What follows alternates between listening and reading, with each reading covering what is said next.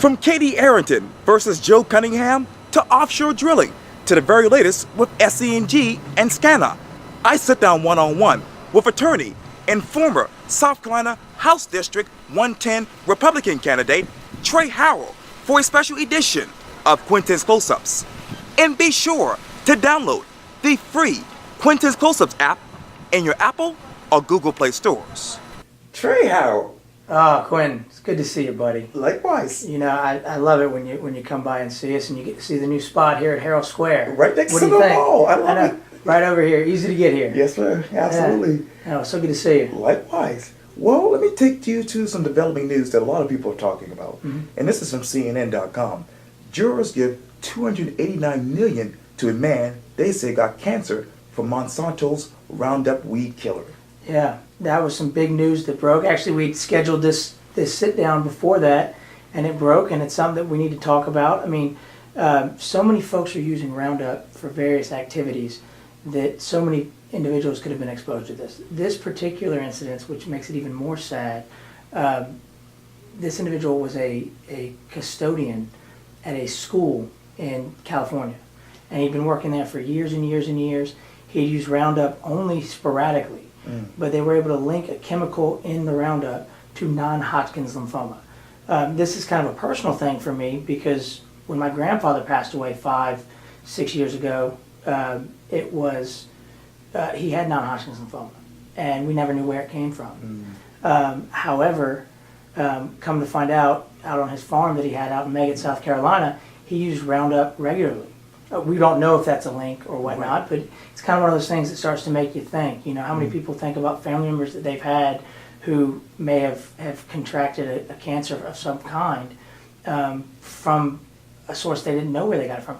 You know, these folks who never smoked, who ate right, who still got cancer, it could very well have been Roundup or some other type chemical that they were using just on a daily basis that they thought was safe. Wow, so sad. It is. It's a very sad subject. And so, you know, if you or a loved one, or you know anyone or a loved one who's contracted Roundup, you need to talk to a lawyer. You need to talk to a lawyer quickly to make sure that your statute hasn't run or whatnot. And obviously, you can get a lawyer at 636-TREY. That's 843-636-TREY. There you go. Had to do a little plug there. No worries. Or attorneyharrell.com. There you go. No worries at all.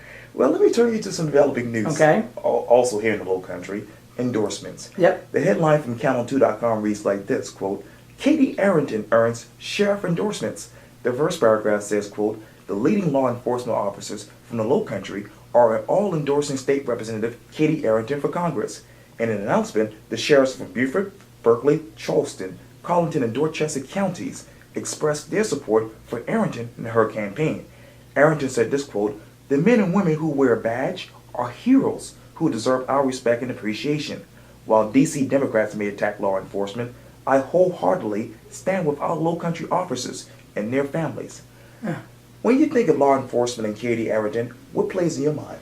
I think somebody that's going to work hand in hand with law enforcement. I'll tell you what's actually really interesting about this. We can't get 5 counties to agree to anything in the state of South Carolina when we're trying to work together. And you've got all 5 sheriffs saying, this is the person. This is the individual who can get done what needs to get done for law enforcement to keep us safe. I think that is an amazing, amazing thing that's coming out and that's being said, and really shows how great she can work hand in hand with folks. You know, being a member of Congress or in any elected official in any capacity has to work very well with other individuals.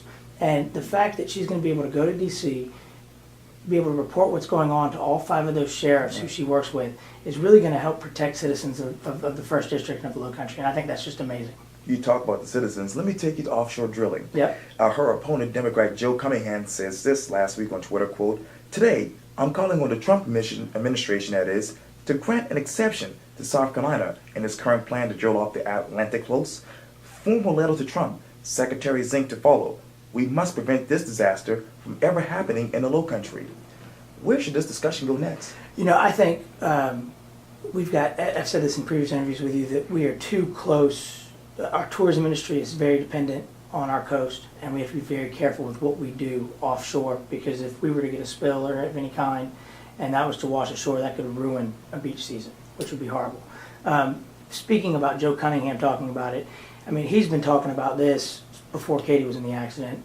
He needs a new issue. If he's going to keep hitting Representative Arrington on something over and over again, I think it would be, it's just, people are getting tired of it. And so while we all firmly believe that we need to protect our coast and protect our wetlands, I think that a guy who's going to caucus with the Democrats in D.C. needs to come up with a new issue other than just this one thing that he's harping on. And let me go to the blue tsunami. Okay. A national poll watcher says a coastal South Carolina congressional district, that is, could flip Democrats in a, quote, blue tsunami. That's coming from the state newspaper. Yeah. The Cook poll, a political report, that is, which monitors congressional races across the country, lists the Lowcountry 1st District, long held by Republicans, as a potential pickup for Democrats this fall. But it's only an outside chance. Yeah. Cook ranks the race between Cunningham and obviously Arrington among 10 districts that could flip between the parties if an expected blue wave, unquote, favoring Democrats in the midterm congressional elections swell into a, quote, blue tsunami. Yeah. What do you say? I think that's cute. I think the term blue tsunami is cute. It was blue wave before that. President's approval rating is at an all-time high in numerous polls, particularly in South Carolina. I think that where some districts may have some issues, I think that the Charleston Lowcountry Coastal District is firmly Republican. I think that Trump went 8 for 10 or 9 for 10 on midterm previous elections, special elections that he's had. I think while it's a lot of fun for folks and pundits to talk about, I think it's very, very interesting when we actually see results. Everybody thought these races across the country were going to be super close. They weren't. A couple of them were, but majority of them weren't. And so I think whatever blue wave is supposedly coming, there's going to be a red wave that counterbalances it, and it's not going to have the effect that folks think. Trey Harrell, thank you so much for your time. I really, really appreciate this. Thank you. Thank you. Thank you. Anytime. See you. Yes, sir.